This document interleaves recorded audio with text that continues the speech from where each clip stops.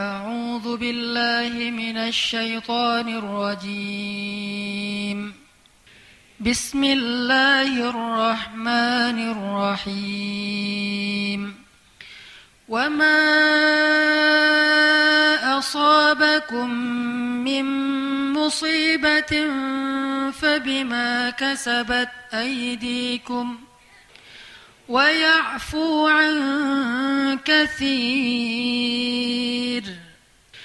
وما أنتم بمعجزين في الأرض وما لكم من دون الله من ولي ولا نصير.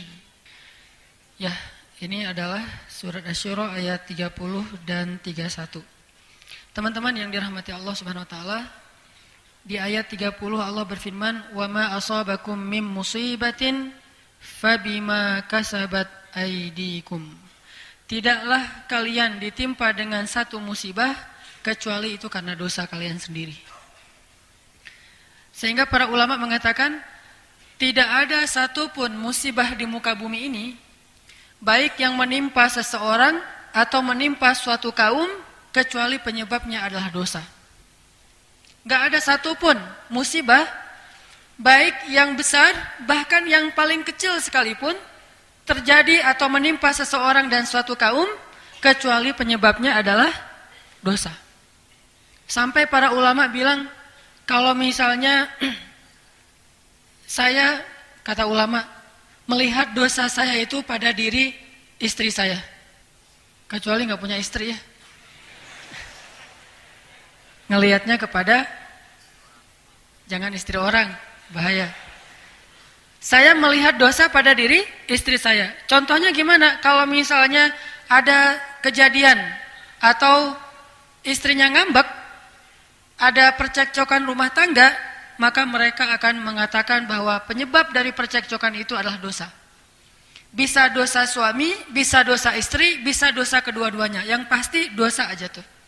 Sehingga ketika ada masalah dengan pasangan, ulama yang ahli hikmah akan banyak bertaubat dan beristighfar. Karena tidak terjadi suatu ketidaknyamanan, kecuali penyebabnya adalah dosa.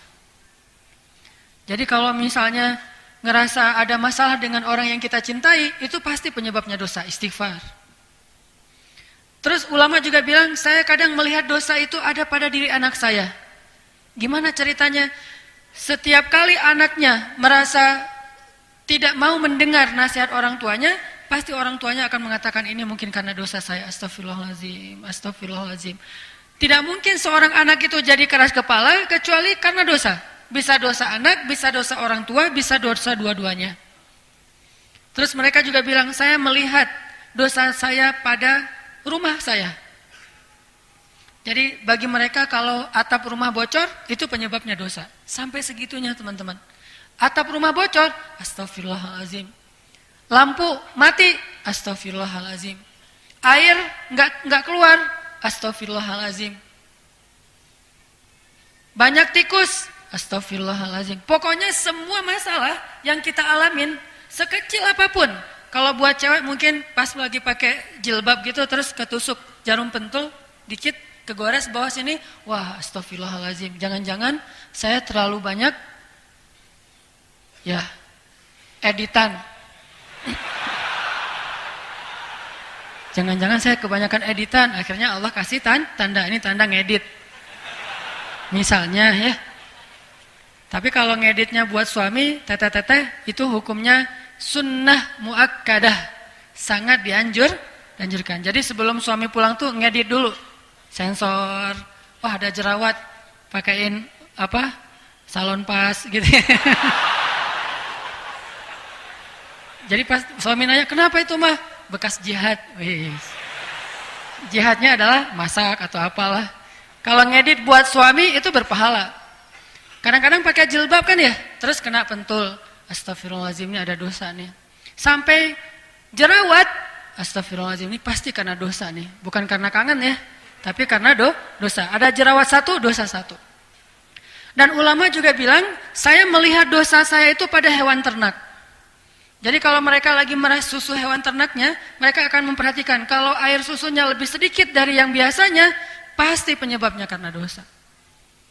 Karena para ulama itu sadar betul, dosa sangat erat hubungannya dengan kehidupan kita. Ngefek banget tuh. Sedikit kita bikin dosa, pasti akan terjadi dalam kehidupan kita sesuatu yang tidak nyaman. Wa ma asabakum min musibah, terus fabima kasabat aydikum, pasti karena dosa-dosa. Terus ada juga ulama yang bilang, kalau saya ngelihat hasil panen di kebun saya berkurang, atau buah-buahan di kebunnya itu ada yang busuk, itu pasti penyebabnya karena dosa. Kayak gitu coba. Jadi kalau pas mereka ke kebun ngelihat buah, misalnya dia nanam anggur, atau nanam apel, atau kalau di kita mah jambu, kelapa, sampai pisang mungkin yang gampang lah ya, di kebun ada pisang tuh, kok pisangnya nggak bagus. Panen tahun ini banyak yang misalnya dimakan ulat, atau kalau mangga asam rasanya atau apapun lah, mereka akan melihat itu sebagai wujud yang nyata dari dosa-dosa mereka. Astagfirullahaladzim, tahun ini banyak banget buah yang busuk. Astagfirullah. Jadi hitung aja tuh, buah-buahan yang ada di kebun berapa yang tidak bagus, berarti menunjukkan kurang lebih seperti itulah dosa pemilik kebun tersebut. Ini untuk muhasabah kita sendiri. Ternyata dosa itu ngaruh dalam kehidupan kita. Makanya suatu hari ya, Rasulullah lagi makan bareng dengan Abu Bakar As-Siddiq. Rasulullah itu kalau lagi sehari-hari itu kalau lagi turun wahyu, tiba-tiba Nabi jadi kayak orang yang ngelamun. Kalau lagi turun wahyu, tiba-tiba beliau diam aja sendiri. Yang lain pada rame, makan, seru-seruan, ngobrol. Nabi diam aja dan tegang gitu. Diamnya itu kayak orang ketakutan, kayak orang lagi serius banget. Dan sahabat tahu kalau Nabi udah kayak gitu nih, kayaknya lagi turun wahyu nih. Sehingga pas sudah selesai itu nanya, "Ya Rasulullah, turun wahyu apa kepadamu?" Nabi membacakan ayat. Kayak Nabi lagi bareng dengan Aisyah di puncak musim dingin, Nabi turun wahyu. Akhirnya Nabi buka baju. Bayangin di puncak musim dingin, Nabi nggak pakai baju. Dan udah nggak pakai baju, bukannya kedinginan malah keringetan tuh. Saking beratnya wahyu ketika tuh turun, Nabi sampai keringetan, padahal nggak pakai baju di puncak musim dingin. Di Arab itu kalau udah puncak musim dingin bisa 6 derajat atau kurang dari itu. Dingin banget. Kemarin aja pas saya umroh bulan Januari yang udah nggak terlalu dingin itu sampai 9. Kalau di Lembang rata-rata 19, ini 9 derajat. Jadi dingin banget.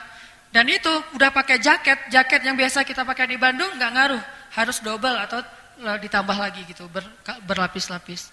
Nabi nggak pakai baju, keringetan ketika turun wahyu. Nah, suatu hari Nabi lagi duduk makan dengan Abu Bakar. Terus tiba-tiba turun ayat, "Faman ya'mal mithqala dzarratin khairan yarah, wa man ya'mal mithqala dzarratin syarran yarah." Surat apa itu teh? Surat gempa. Zalzalah. Siapa yang berbuat kebaikan mithqala dzarrah, sekecil zarrah, dia akan melihat efek dari kebaikan itu. Dan siapa yang membuat kejahatan sekecil zarrah, dia juga bakal melihat efek dari dosa itu. Lalu setelah wahyu turun, Nabi ngebacain ayat ini kepada sahabat. Abu Bakar lagi makan tuh. Tiba-tiba Abu Bakar berhenti makan, wajahnya pucat. Terus Abu Bakar bertanya, "Ya Rasulullah, kalau kita buat dosa sekecil apapun, kita akan melihatnya langsung?" Kata Nabi, "Ya, wahai Abu Bakar. Bagaimana ngelihatnya ya Rasulullah?" Kata Rasulullah, "Setiap kali kamu mendapatkan keburukan dalam hidupmu, itu adalah wujud dari dosa-dosa. Setiap kali kita ngalamin hari yang buruk, kejadian yang buruk, musibah yang tidak baik, maka itu pasti wujud dari dosa-dosa yang kita lakukan." هو مبتدأ أنسي وعمري فعزمت للرحمن أمري وعلى خطى